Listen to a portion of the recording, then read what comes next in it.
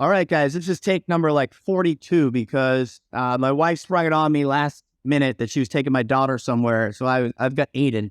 And hopefully we'll see, but hopefully, well, who knows if he starts talking, it could be some good commentary. As you've seen, my daughter was pretty good with her COSM analysis. So, whatever it is, maybe he'll add some stuff throughout the day, but either way, we've got video scanned for January 23rd and the week ahead. It's going to be condensed. I'm going to try to throw it all in in a couple minutes, just because I know I can't be doing this too long.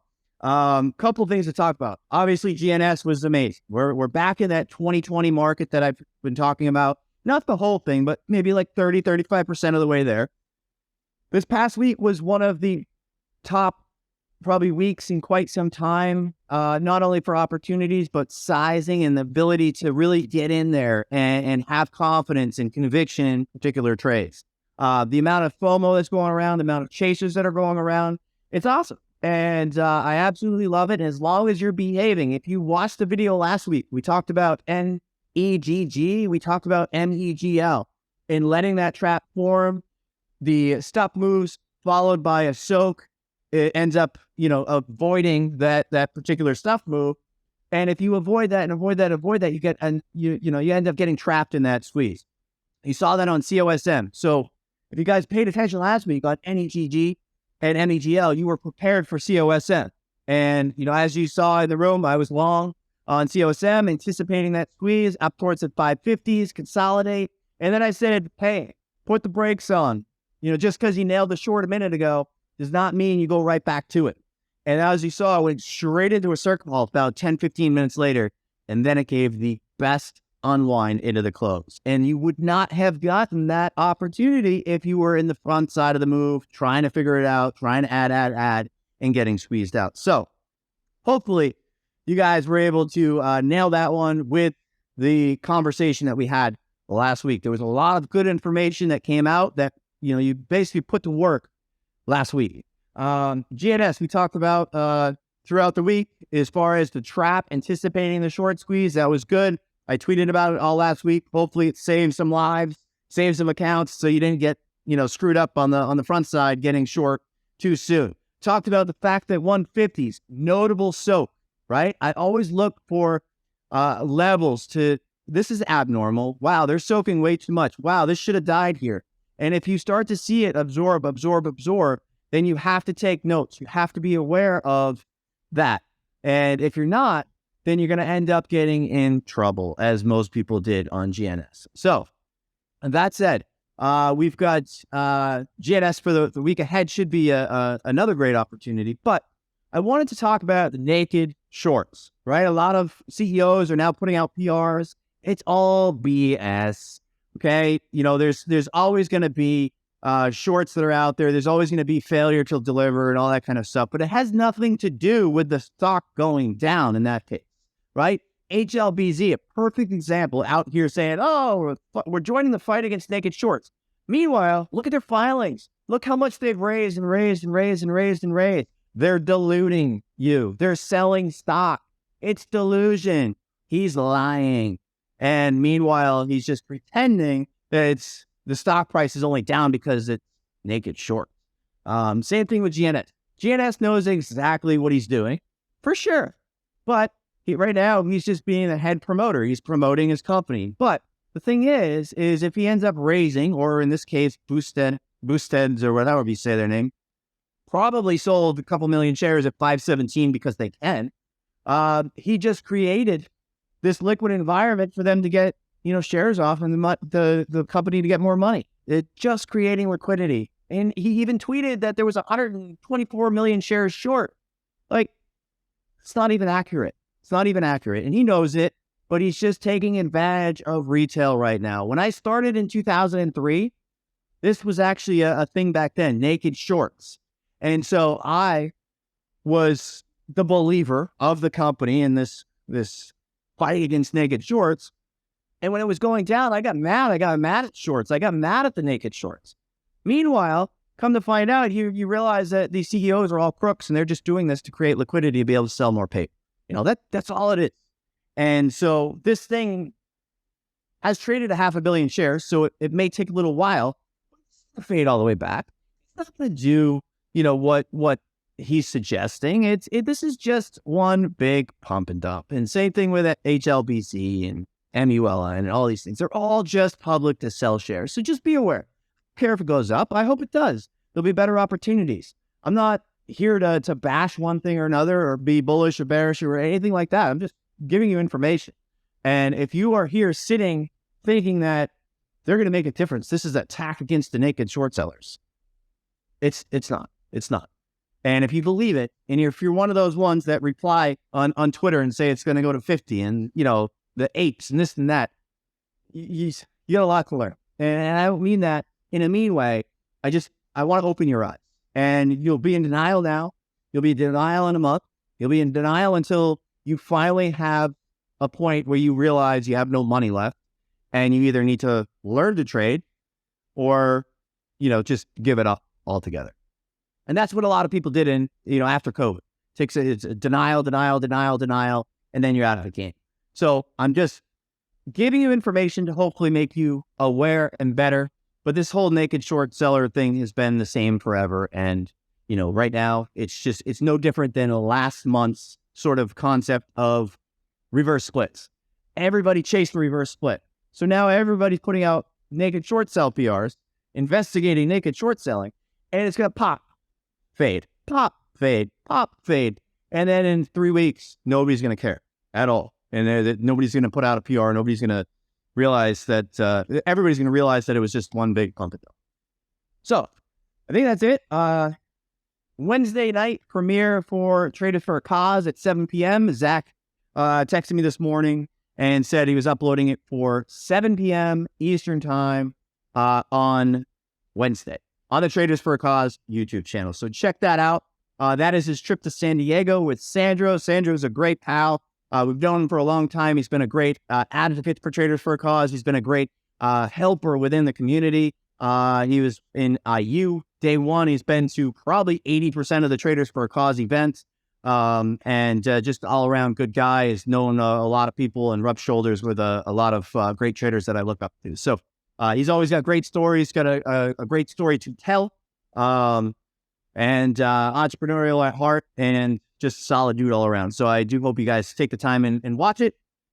And other than that, Andy Bremlett and Stock Turtle, you guys have won the t-shirts for this week, and I think that's about it. So just to get right into the next piece of scan, as always, I'm not a financial advisor. These are not buy or sell recommendations. This is for educational and informational purposes only. So make sure you guys understand that. These are going to be my ideas, my thoughts, and what makes proper edge, what gives a good opportunity. If you want to be told what to buy or sell, you're in the wrong spot. That's not what we're about.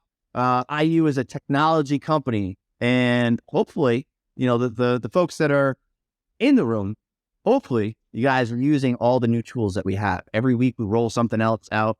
The trading tools, the scanning, everything that we've got has been nothing short of amazing, and it's getting better and better and better. So pretty soon you're not going to need a scanner service. You're not going to need anything except what we have. And I know that a lot of folks are pretty excited. And as always, send me your ideas, because Max is so good at taking an idea and making it even better. So anyway, that's that. Let's get into the week ahead.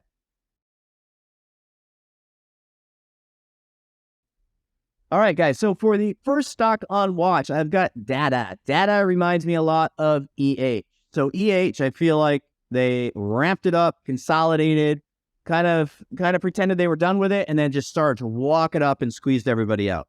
And at that point, I feel like that was the real exit move before they faded all the way back to where they came from. So Data, I'm watching for kind of the same concept. Let them trap, let them blow everything out.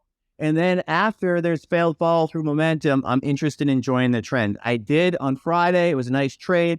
The biggest thing is just putting your ducks out there, meaning have those wish orders. Where do you think it's going to flush out to? Because a lot of times what it does, flushes, then it comes right back up.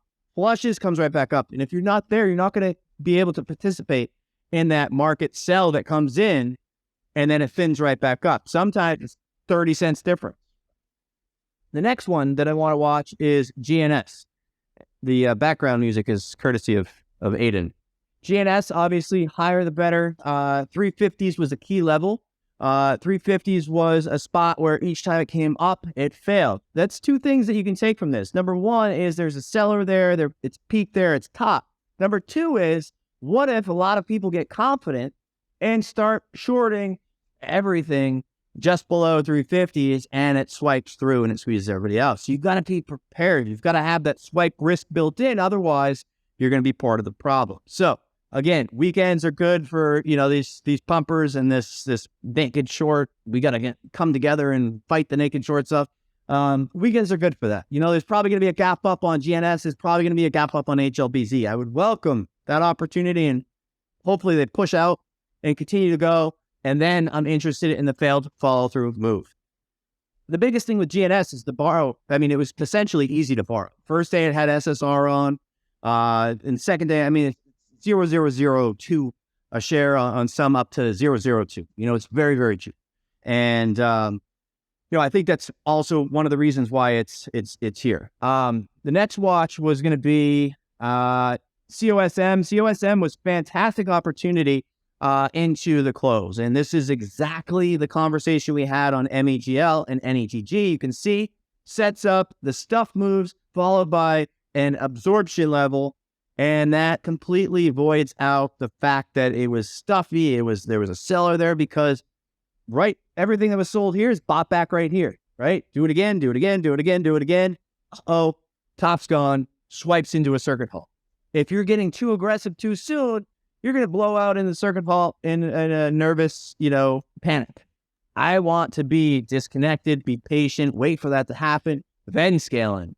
And that's exactly what we did on Friday. So higher the better on that one, and hopefully we get a good opportunity. HLBZ ramped up, looking left. Ideally, 27s to 30s would be, a perfect world. I do think that there could be some gap up, and then looking for failed fall through momentum. Remember, when you are trading stuff, just like BBBY, GNS, and HLBZ, take into consideration the volume. Yes, it eventually is going to fade back down, but whenever there's a huge market like that, and this is a reminder to myself, because a lot of times I'm always like, all right, I'm on the right side, I'm sized up, I'm going to fade it all the way back down. When there's this much liquidity, this much action, it takes a lot longer to do that. And yes, it's probably going to go there, but it's just not on your timetable. It's going to go down, then come back up, then down, then come back up.